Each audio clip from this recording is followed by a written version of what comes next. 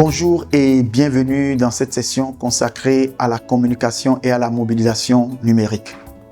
À l'aide du numérique, la capacité à communiquer efficacement et à mobiliser des communautés en ligne est vraiment essentielle, et cela surtout pour les organisations qui œuvrent pour le changement social comme les organisations non gouvernementales et les activistes.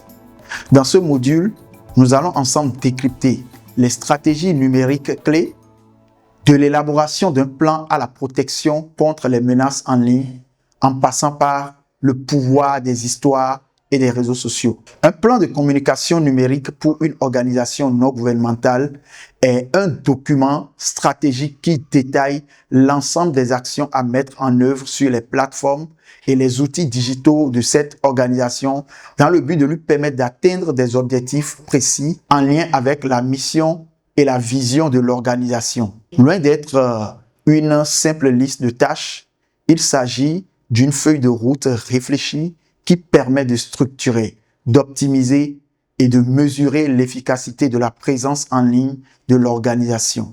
À l'ère actuelle où tout est devenu numérique, une communication digitale efficace est devenue indispensable pour les organisations non gouvernementales. Cette communication leur permet d'ailleurs d'amplifier la portée de leur campagne, de sensibiliser, de mobiliser des communautés engagées, de collecter des fonds, de renforcer leur notoriété auprès de différents publics et de diversifier les publics qu'ils impactent. Il faut reconnaître qu'un plan de communication numérique, pour être efficace, doit se reposer sur un certain nombre de piliers. C'est pourquoi l'élaboration d'un plan de communication numérique pour surtout les organisations non gouvernementales doit reposer sur plusieurs éléments clés qui garantissent sa cohérence et son efficacité. Ici, nous allons voir ensemble quelques éléments, notamment 8 éléments importants. Il s'agit dans un premier lieu de l'analyse diagnostique. À ce niveau, l'une des questions qu'il faut se poser, c'est la question de savoir où en sommes-nous. Il faut reconnaître avant toute chose qu'il est crucial de réaliser un état des lieux. Cette analyse d'ailleurs est souvent matérialisée par un recensement des forces, des faiblesses, des opportunités, des menaces et permet d'évaluer la situation actuelle de l'organisation sur le plan numérique. Elle parfois inclut l'audit des présences existantes déjà en ligne sur les différentes plateformes de l'organisation, l'analyse de la concurrence et l'identification des tendances du secteur. L'autre point également qu'il ne faut pas négliger parlant de ces 8 éléments, nous avons la définition des objectifs. Il faut reconnaître que les objectifs de la communication numérique doivent être alignés sur les objectifs généraux de l'organisation. Ces objectifs doivent être surtout spécifiques, doivent être mesurables, doivent être atteignables, réalistes et surtout temporellement définis.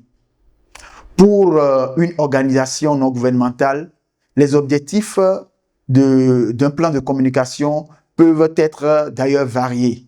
L'objectif, il peut s'agir par exemple comme objectif d'accroître la notoriété de l'organisation et de ses causes, de sensibiliser le public à une problématique spécifique, de collecter des fonds pour impacter ou pour financer des projets, de recruter des bénévoles et des membres, de fédérer et de fidéliser une communauté d'ambassadeurs, d'influencer des politiques publiques également. L'autre point important qui fait partie de ces éléments est l'identification des publics cibles. Là, il faut se poser la question, à qui parlons-nous? C'est vraiment essentiel de définir précisément les audiences que l'on souhaite toucher.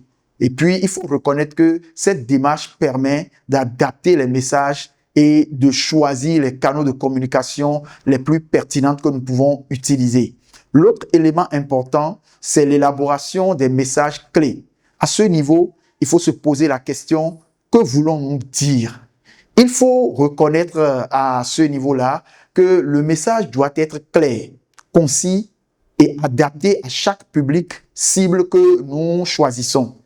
Le message doit raconter parfois une histoire qui suscite peut-être de l'émotion ou un engagement. Il faut également travailler de façon à ce que les messages puissent mettre en avant la mission de l'organisation, l'impact de ses actions et peut-être un appel à l'action qui doit être clair et incitatif. Un autre élément important, c'est le choix des canaux de diffusion. Et dans ce choix, nous devons nous poser la question, comment allons-nous dire le message que nous voulons passer? Il est vraiment important ici que la sélection des outils et des plateformes numériques tiennent compte véritablement des objectifs et du public cible. Et pour surtout cibler de nouvelles audiences ou promouvoir des campagnes spécifiques, nous devons travailler à réaliser des publicités en ligne. Il faut surtout réaliser des vidéos et des contenus multimédia pour un impact visuel fort et un partage facilité. Un autre élément important que nous devons également pas perdre de vue, c'est la définition du budget et des ressources. Là, à ce niveau, il faut simplement se poser la question, avec quels moyens voulons-nous intervenir? Il faut surtout comprendre là que le plan de communication doit intégrer une estimation réaliste des coûts, surtout les coûts liés à la création de contenu, à la publicité, aux outils et éventuellement aux ressources humaines dédiées. L'autre point qu'il ne faut pas négliger, c'est le calendrier éditorial et le plan d'action. À ce niveau, l'on se pose la question pour y arriver, quand est-ce que nous allons agir?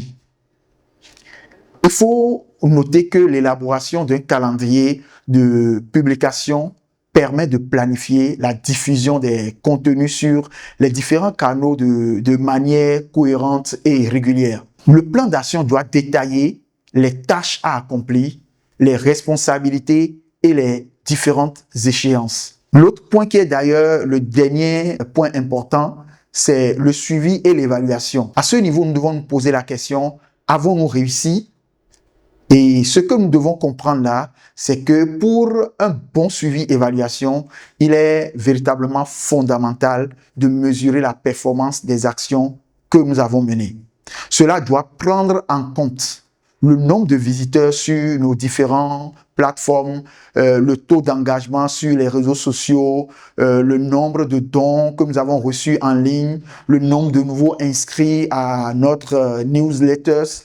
Et parfois même, cette évaluation doit nous permettre de pouvoir ajuster la stratégie en continu pour en examiner surtout l'impact. Un plan de communication numérique bien conçu offre de multiples avantages aux organisations, notamment la visibilité accrue, l'engagement renforcé, la mobilisation facilitée et la collecte de fonds optimisée. En communiquant de manière transparente sur l'utilisation des fonds que nous avons reçus de nos donateurs et l'impact des différentes actions, l'organisation est en train de créer de la transparence et la confiance et ainsi travaille à renforcer la confiance de ses donateurs. C'est pourquoi, pour une réduction du coût, nous devons travailler à profiter des canaux qui sont les canaux de communication digitaux, souvent plus abordables que les médias traditionnels que nous connaissons.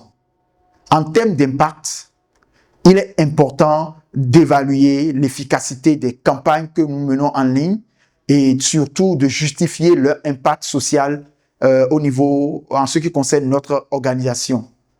Le plan de communication numérique se présente donc comme étant un outil numérique essentiel qui permet aux organisations de naviguer efficacement dans le paysage digital, de porter leur message plus loin et d'accroître durablement leurs impacts. Une fois qu'une communauté est créée, c'est important de le retenir, il faut la gérer et la protéger.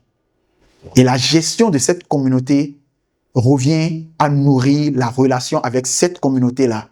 Par exemple, nous devons travailler à être en mesure de répondre au fur et à mesure aux commentaires, quelle que soit leur nature, de poser des questions de reconnaître l'engagement des membres de cette communauté digitale que nous avons. L'autre chose importante, c'est qu'il est essentiel de maintenir un espace respectueux et constructif avec cette communauté-là. Il faut les encourager à relayer massivement les différents messages que nous mettons en ligne sur nos différentes plateformes. Notre politique de modération doit être claire, visible et surtout ne pas s'engager dans des guerres de commentaires sur les réseaux sociaux avec notre communauté. Au besoin, s'il le faut, il faut signaler, bloquer ou masquer les contenus haineux, les contenus que nous considérons comme étant des attaques personnelles. La sécurité émotionnelle des membres de nos équipes doit faire partie de nos priorités et nous devons le développer comme une stratégie. L'autre chose également, c'est la sécurité numérique des activistes et tous les aspects cruciaux que nous ne devons pas perdre de vue les concernant. Nous devons également travailler à des mots de passe forts et uniques sur nos différents comptes et activer partout où c'est possible la double authentification pour nos comptes.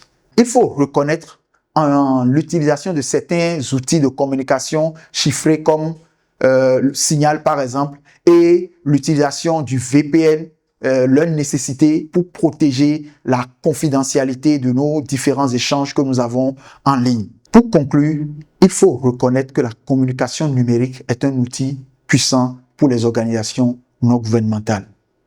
Elle repose d'ailleurs sur 3 piliers importants dont la stratégie, l'engagement et la protection.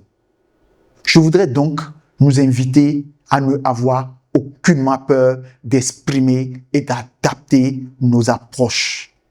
Notre voix est essentielle. C'est pourquoi je nous invite à mettre en pratique les différentes étapes du plan de communication que nous avons ensemble détaillé dans cette session afin de pouvoir amplifier l'impact de notre mission et de créer plus d'impact. Voilà, nous sommes à la fin de cette session. Merci et à la prochaine.